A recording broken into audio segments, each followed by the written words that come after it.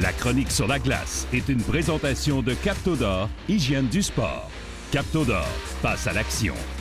Bonjour Mathieu, cette semaine tu nous proposes quelque chose de vraiment très important, mais encore super intéressant.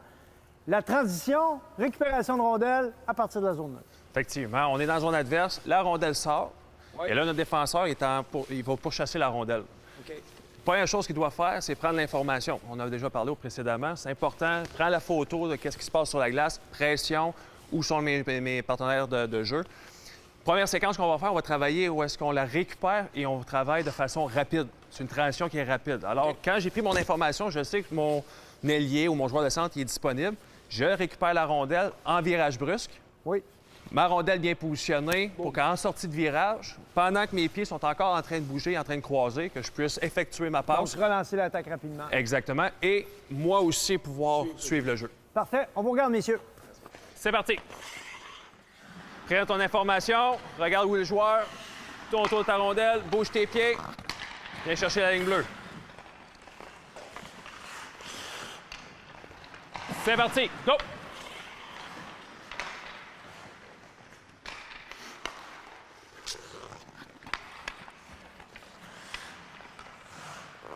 OK. Maintenant, ça va être la même chose pour les défenseurs. Mais là, je veux t'aller récupérer la rondelle rapidement. Ton ailier, il est disponible, puis tu veux pas que l'autre équipe ait le temps de se positionner. Ça veut dire que c'est une course rapide à la rondelle. Fait que je veux que tu exploses pour aller chercher la rondelle, virage bus rapide, passe rapide. C'est bon? C'est parti. Ça, c'est beaucoup mieux, beaucoup mieux. Tête haute. Rondelle bien placée pour le virage. C'est parti. Prise d'information, c'est super important. Alors, sur cette séquence-là, Mathieu met l'accent vraiment sur l'importance de prendre l'information alors qu'on est en poursuite pour aller chercher la rondelle. Un peu comme en sortie de zone, on est dans le même principe. Et les habitudes de travail sont vraiment très, très importantes. Ça doit devenir des automatismes pour vos défenseurs.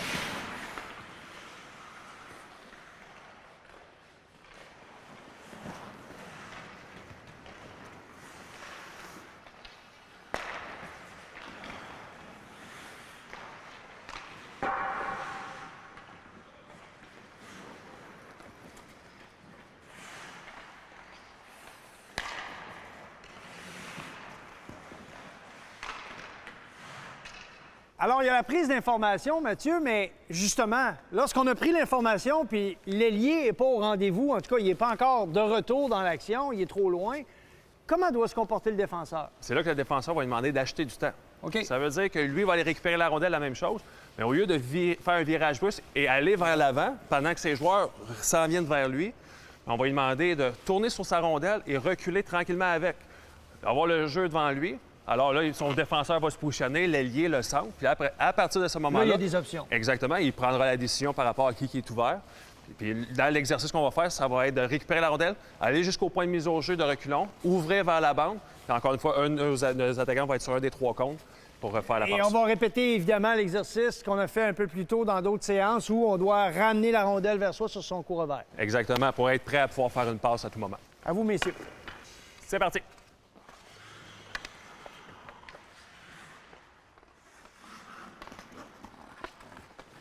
On va essayer de ne pas dribbler. On va essayer de ne pas dribbler quand on recule. Garde ta rondelle sur le côté. Essaye de ne pas dribbler. Go!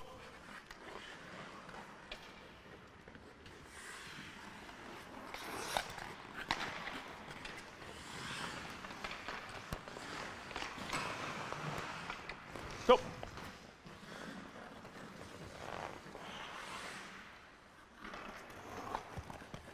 Exactement. Go!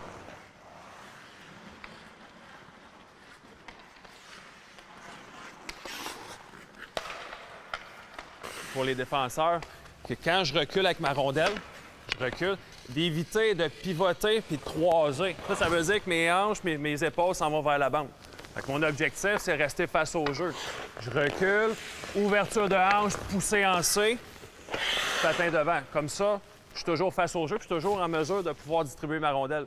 Aussitôt que je tourne, je suis obligé de croiser pour reprendre mon chemin. Puis là, je me ferme les options. On prend ça.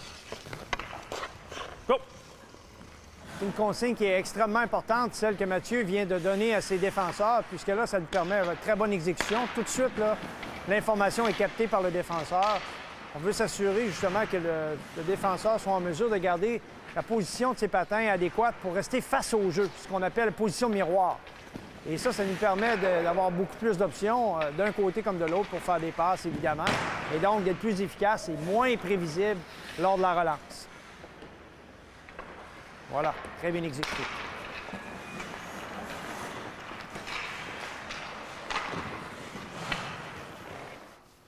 Alors Mathieu, je n'ai qu'une chose à dire, wow! Ça, c'est des séquences qui sont tellement difficiles pour les défenseurs, beaucoup de travail.